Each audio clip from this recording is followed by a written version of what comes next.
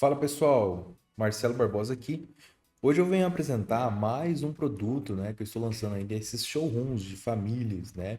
Essa, inclusive, uma família, um showroom, né, de famílias bem difíceis assim de encontrar, né, no sentido assim de famílias paramétricas, né, que funcionam bem para todos os projetos, né? Então são as famílias de containers, né? Containers marítimos aí, seguindo os padrões mesmo de medidas deles, né? E a funcionalidade desses elementos também para projetos, né, de arquitetura e engenharia, tá? Então acho que isso é um material bem interessante, né? Coloquei os nomes deles aqui, né? Para quem não conhece, né? Não sabe, né?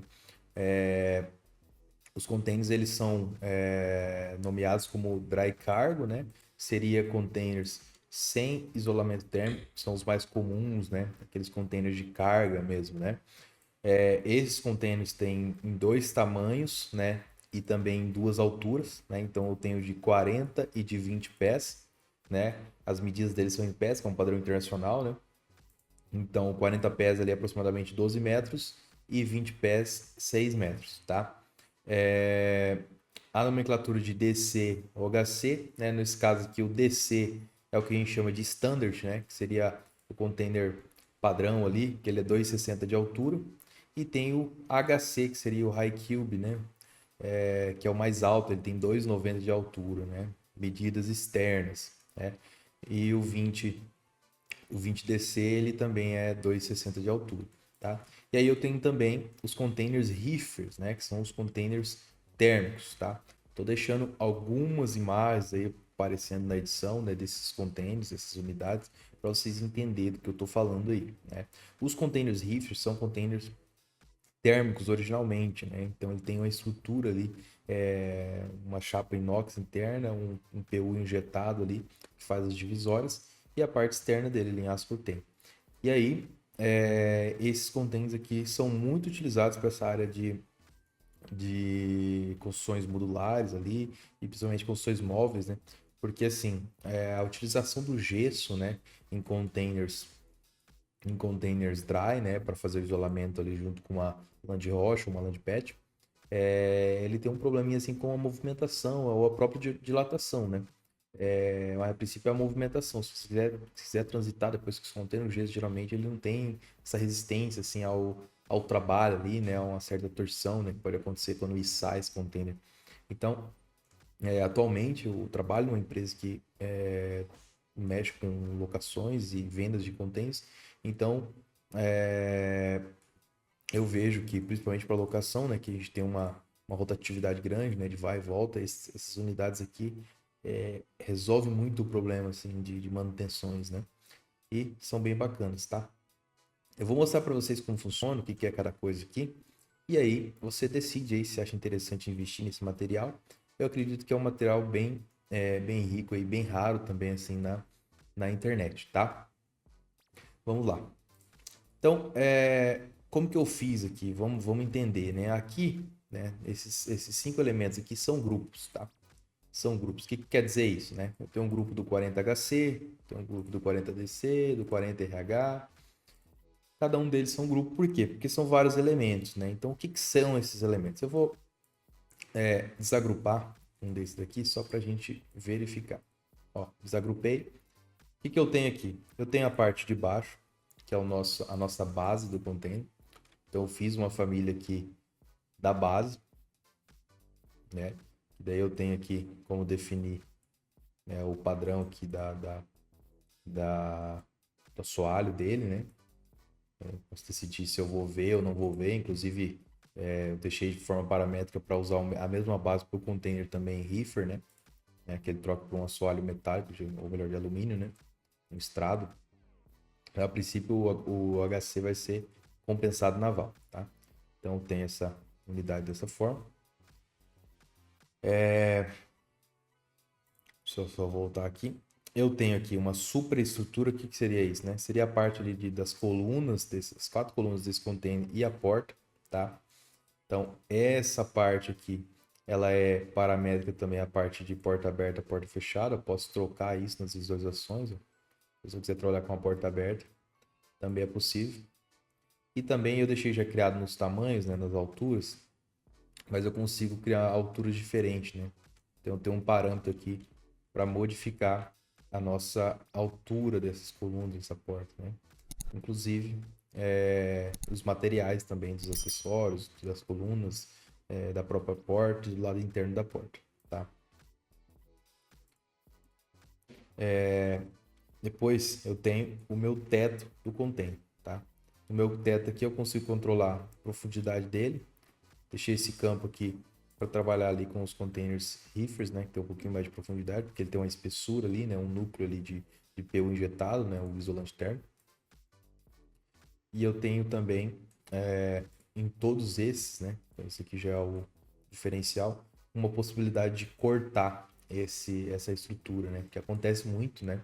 Eu vou deixar algumas imagens aí, os containers colocados em L, né? Um container de 12 você corta ali, de repente com 5, outro com 7 metros, e ali faz um acoplamento deles, né? Isso é bem comum, né?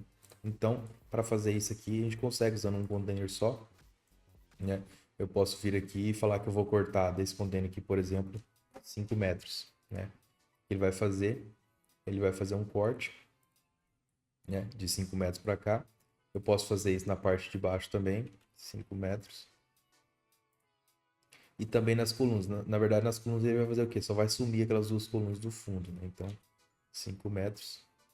Subiu, ficou só a parede, né? Então, o processo agora seria colocar outro container desse com a medida complementar aqui. Então, vamos só alinhar aqui essas chapas, tá? Perceba que esse não é um tutorial de Revit, tá? Eu estou aqui apenas demonstrando a utilização do template, né? Então, perceba que eu fiquei com um container cortado, né? Aí eu poderia fazer o quê?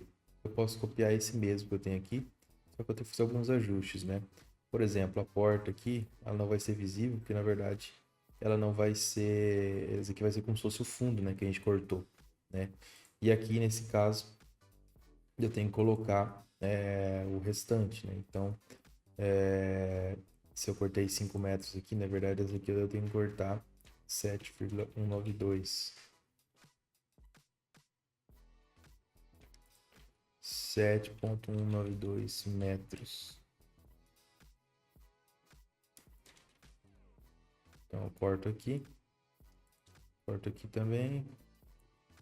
A estrutura já está cortada, mas vou manter o padrão. E aqui eu posso fazer o seguinte. Vou alinhar aqui essa chapa.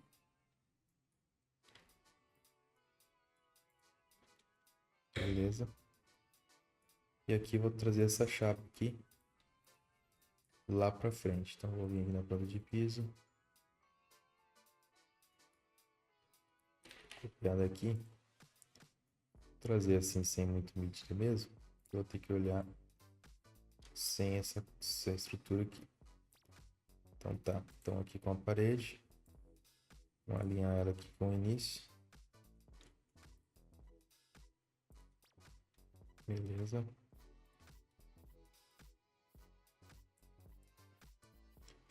Aqui tá ajustado. E aqui eu vou ajustar também. Ó, então eu fiquei com esse pedaço. Daí eu poderia, nesse pedaço aqui, fazer a rotação dele, né? E também poderia fazer o encaixe dele aqui na estrutura. Vou pegar esse cantinho aqui, ó, tirar o extrudir, fazer ele para cá. Então, olha que interessante. Eu peguei um container de 12, né? Fiz um lance de pegar a medida aqui. Opa.